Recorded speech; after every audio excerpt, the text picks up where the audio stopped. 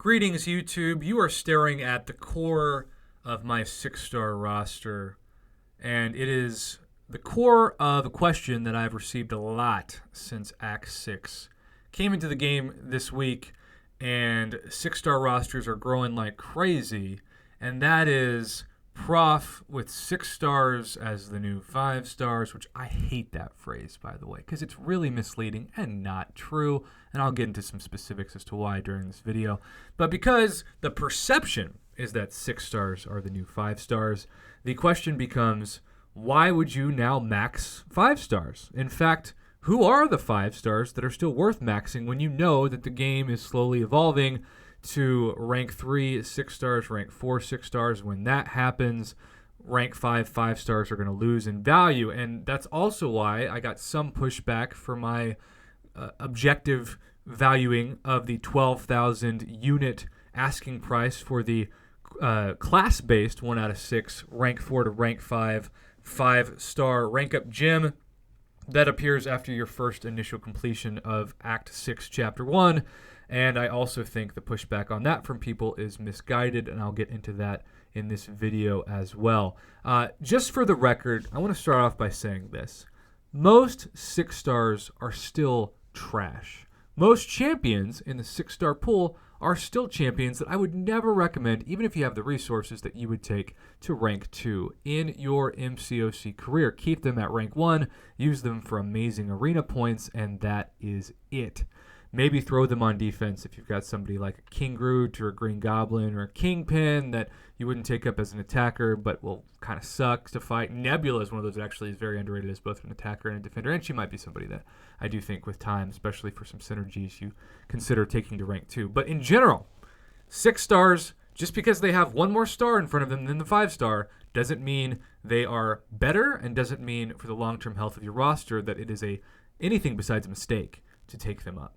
So, for the record, I also still think, believe it or not, I've got 6 stars like Unawakened Storm and Unawakened Deadpool X-Force, who's nice to have in some ways as a synergy with Corvus, right?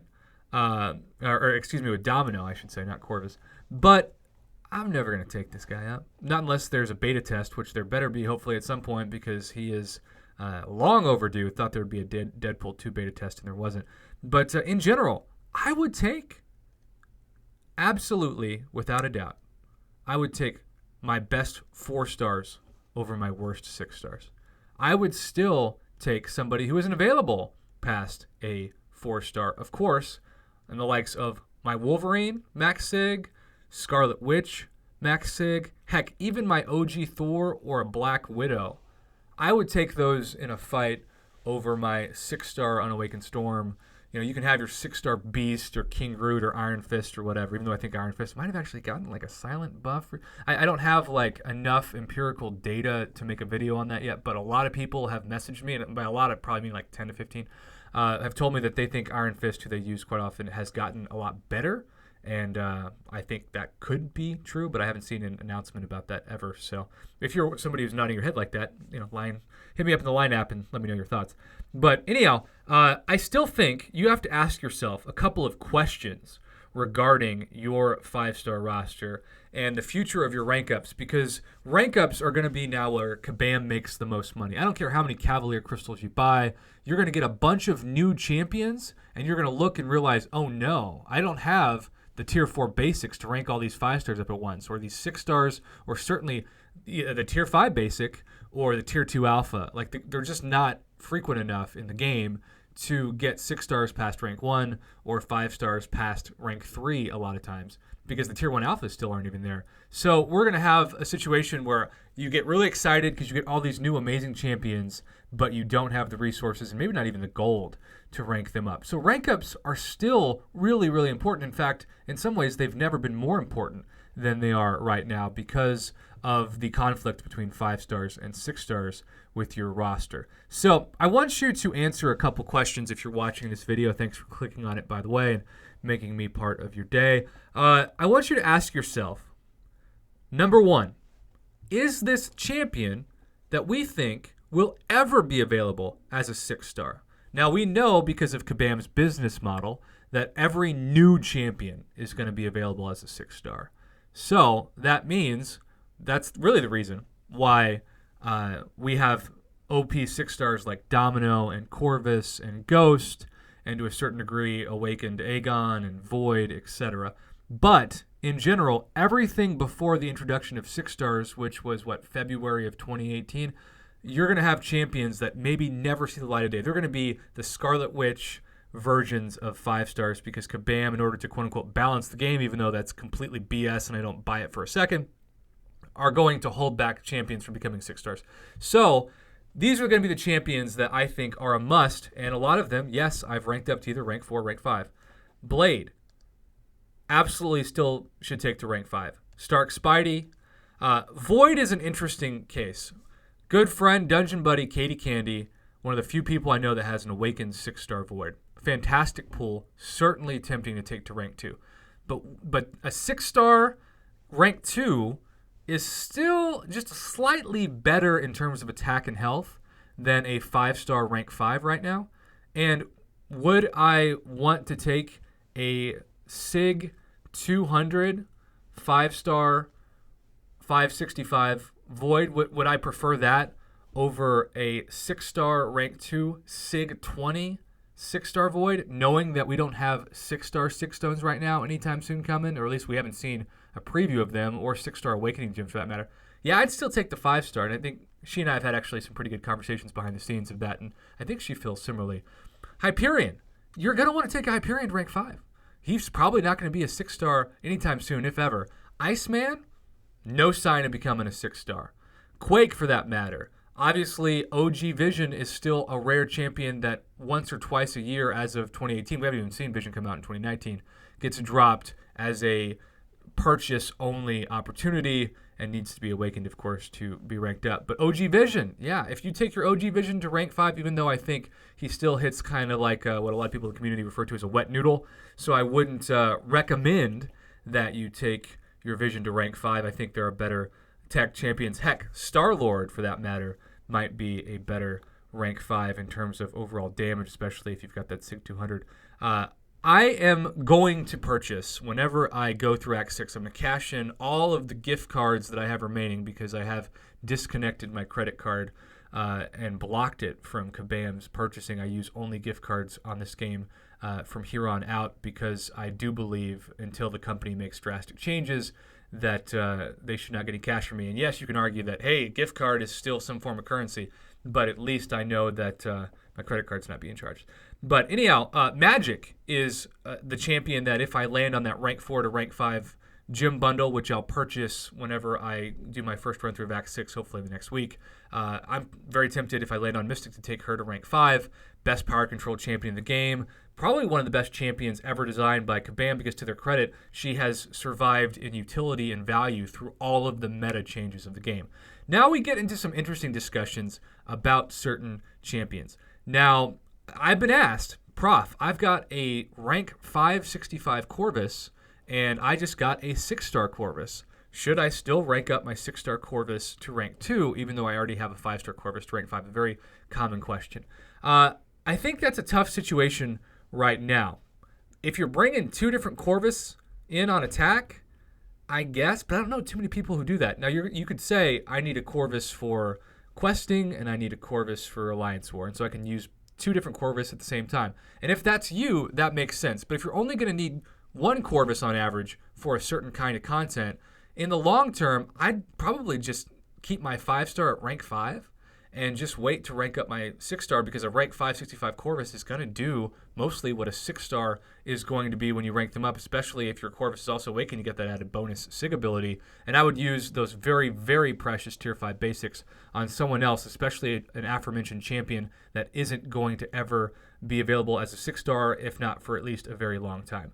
Symbiote Supreme is an interesting case because you don't need Symbiote Supreme to be awakened to be amazing, and I've seen a lot of 6-star Symbiote Supremes pop up in my lineup inbox. I think if you can hold off, if you know that there's a chance that you can get a 6-star and automatically have them be at the equivalent of rank 4 of a 5-star with a rank 1 6-star, maxed of rank 1, I should say, like my Symbiote Supreme, I could take to rank 5 if I get that Mystic 4-5 gym of the class-based with the Act 6 bundle I just talked about. But knowing that I could land on a 6-star Symbiote Supreme at any moment actually discourages me from taking Symbiote Supreme to rank 5, and instead encourages me to take that Magic, who I know I have no chance to land right now as a 6-star, up. I also want to have you ask yourself this question. What needs do you need in the community in the future? What needs do you need for your roster in the future? Are you someone who is going to think to yourself, I need a high damage champ because I need to go and finish Labyrinth, or there's a specific champion I know I need for variant difficulty that I haven't completed yet? You got to ask yourself, what are your specific needs?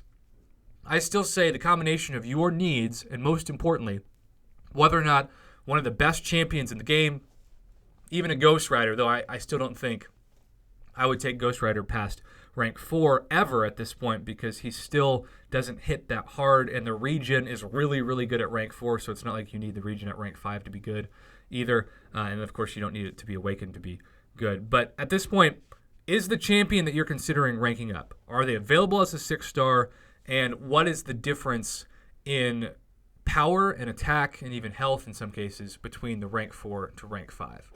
So many people are so concentrated right now on the excitement of getting more 6-stars that I think they're highly overestimating the worth of those very average trash 6-stars versus the extremely fantastic amount of worth of the 5-stars that may never become 6-stars.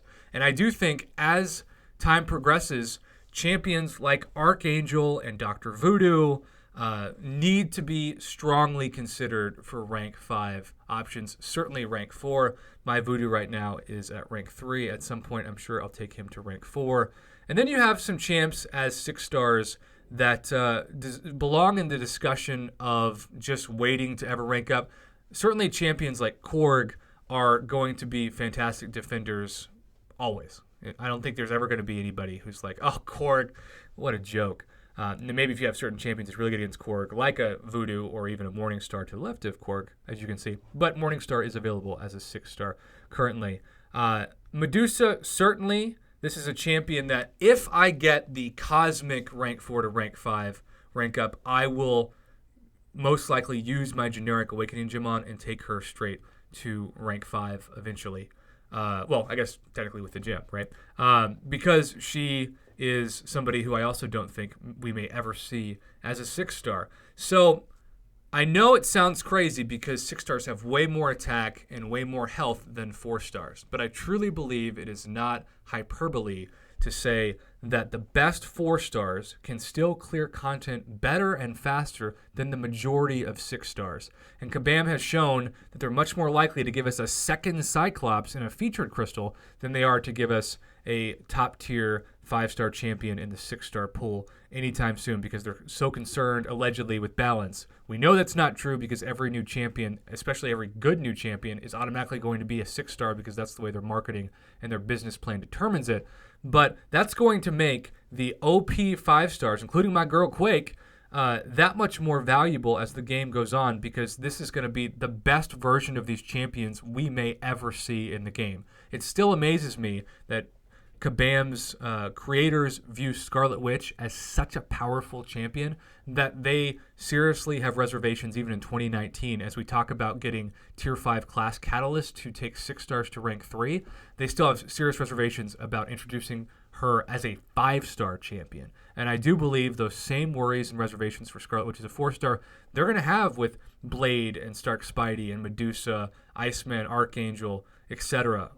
for the longer period of game, and I don't see a time where that's going to end at any point. So please don't buy the huge hype that 6-stars are definitely replacing 5-stars and that 5-stars value is going down because of the easier access to 6-stars. I think a lot of people are going to have a lot of 6-stars that are never going to be ranked up, and other than being thrown on defense, they're just going to sit in your roster, and they're going to collect dust, and they're going to be used for hopefully some arena points, but a lot of people don't even grind in the arena, so you're just not going to use them. They're just going to be there for your collection, but that's it. And the 5-stars that are still really, really good, like Blade and Stark Spidey, Hyperion, Iceman, Archangel, Quake, Magic, OG Vision, Star-Lord, etc., they're still going to have tremendous value no matter what happens in the game.